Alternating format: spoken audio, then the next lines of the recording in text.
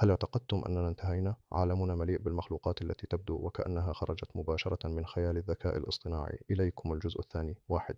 خلد الماء نجمي الأنف ستار نوزد مول. هذا ليس كائنا فضائيا يعيش هذا الخلد تحت الأرض، وبدلا من الأنف العادي يمتلك 28 مجسا ورديا متحركا يستخدمها للمس وتحديد مكان فريسته في الظلام الدامس بسرعة فائقة. شكله غريب ووظيفته أعجب. ثانيا، تنين البحر المورق ليفي سي دراجون.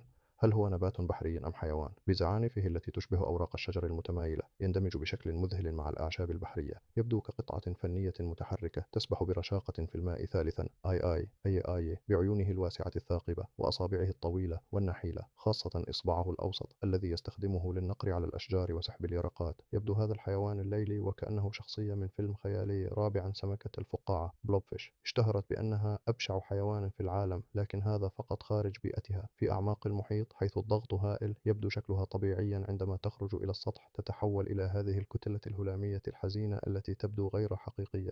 سبحان الله، أي من هذه المخلوقات العجيبة التي أبدعها الخالق أدهشتك أكثر؟